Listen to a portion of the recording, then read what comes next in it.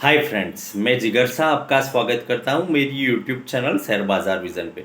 दोस्तों, एक बार फिर से मिल रहे हैं। वीकेंड है, वे तो नेक्स्ट वीक की स्ट्रेटेजी के लिए मिल रहे हैं। ये मंडे को भी छुट्टी है 15 अगस्त की, तो नेक्स्ट वीक बहुत छोटा हो गया। और थर्सडे को उसमें एक्सपायरी आ जाएगी, 2 सेशन के बाद सीधी एक्सपायरी आएगी।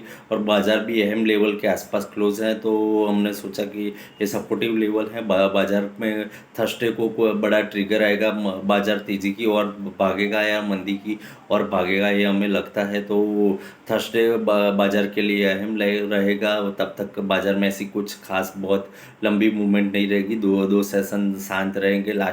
आपने लास्ट वीक में भी देखा, 5 सेशन में से 3 सेशन ऐसे थे कि जिसमें कोई ऐसा लंबा ट्रिगर नहीं था, कोई लंबा लंबा वर्क नहीं हुआ। तो ऐसा ही लगता है कॉल पुट की पोजीशन पे पड़ सके। नेक्स्ट 2 दिन लंबी मूवमेंट वाले नहीं रहेंगे। 17,700 के आसपास निफ्टी है, 50-60 पॉइंट नीचे निफ्टी खुलेगा। और निफ्टी नीचे खुलने का दूसरा कारण भी है, बिग बुल यानी कि राकेश झुनझुनवाला हमारे बीच में नहीं रहे। वो ट्रिगर भी बाजार में हिट होता हुआ थर्सडे को, सॉरी, ट्यूसडे को रहेगा। तो ट्यूसडे को हमें लगता है कि 50-60 पॉइंट के आसपास थोड़ा बाजार नीचे नीचे ओपन होगा और बाद में ऊपर नीचे 50-100 पॉइंट की रेंज में घूमेगा। हमें लगता है कि 17,700 यहाँ पे निफ्टी को सेल करके चलना चाहिए।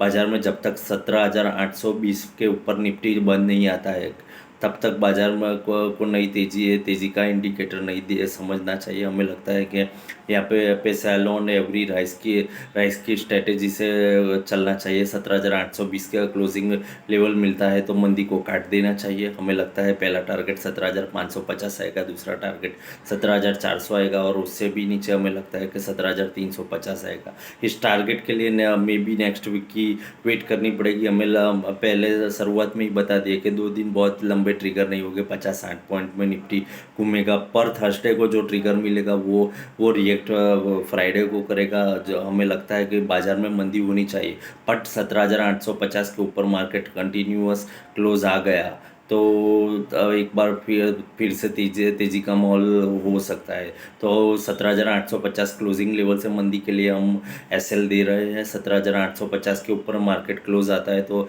जितनी भी मंदी है उसको काट देना चाहिए। मार्केट में फिर से सोचना चाहिए। मार्केट तेजी के रुझान में और जाएगा, 18,200-300 तक आ सकता है।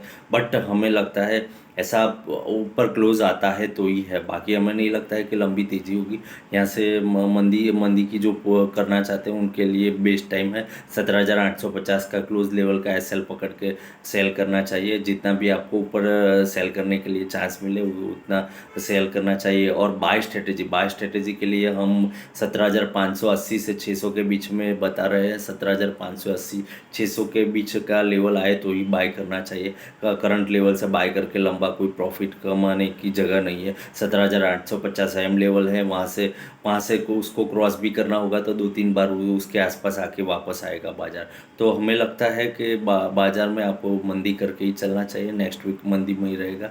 आपको थर्सडे को मंदी दिखे तो फ्राइडे को मंदी कैरी फॉरवर्ड होगी। तो मेन बाजार का अहम थर्सडे है। एक्सपायरी कैसी रहती है? एक्सपायरी हमें लगता है बहुत फ्लैटिस्ट मोड पे एक्सपायरी है कि 17,700 है। 17,600 के अंदर मार्केट क्लोज आ जाएगा। 17,600 क्लोज आता है तो हमें लंबी मंदी का एक चांस मिलेगा। 17,200 तक के लेवल मंदी में दिखा सकते हैं नेक्स्ट वीक में। तो हमें लगता है कि यहाँ पे जो भी मंदी करना चाहते हैं उनको मंदी करनी चाहिए। मंदी का एक बेस्ट अपॉर्चुनिटी है। बाजार में ऐसे कोई इवेंट नहीं है, ऐसे कोई ट्रिगर्स नहीं है कि जो लंबी तेज़ी या लंबी मंदी कर सके। तो लेवल्स के आसपास से हम मंदी को सोच रहे हैं तो नेक्स्ट वीक को मंदी करके चलना चाहिए। राकेश झुनझुनवाला पास हो गए तो उनके लिए मेन थिंग है कि उनके कुछ स्टॉक में आपको सेलिंग प्रेशर 1-2 दिन मिलेगा। बाकी ऐसा कुछ है नहीं कि राकेश झुनझुनवाला नहीं रहेंगे तो आरआर एंटरप्राइजेज नहीं चलेगी। आरआर एंटरप्राइजेज एम्प्लॉय से चल रही थी और चलेगी। खाली मैनेजमेंट सिस्टम उन्होंने सेट किया हुआ है।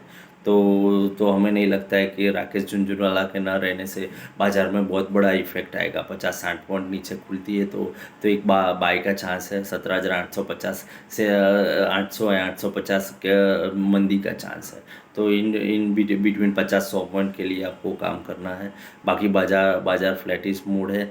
बाजार की कॉल पुट की पोजीशन ऐसी है कि 200 पॉइंट तेज़ी करने में भी बहुत दिक्कत है और 200 पॉइंट मंदी करने में भी बहुत दिक्कत है। तो हमें लगता है कि एक रेंज बाउंड रहेगा, जो भी ट्रिगर आएगा एक्सपायरी से ही आएगा। तो जो ट्यूसडे और वेडनेसडे है वो सेशन फ्लैटिस्ट मोड में रहेंगे। 50-100 पॉइंट मैक्सिमम मूव लेंगे। 600 के अंदर निफ्टी बंद आती है तो भी हमें उसको ख़राब इंडिकेट समझ रहे हैं, तो वेट करना पड़ेगा कि जो भी इंडिकेटर आए मार्केट उसके हिसाब से ट्रेड करना चाहिए।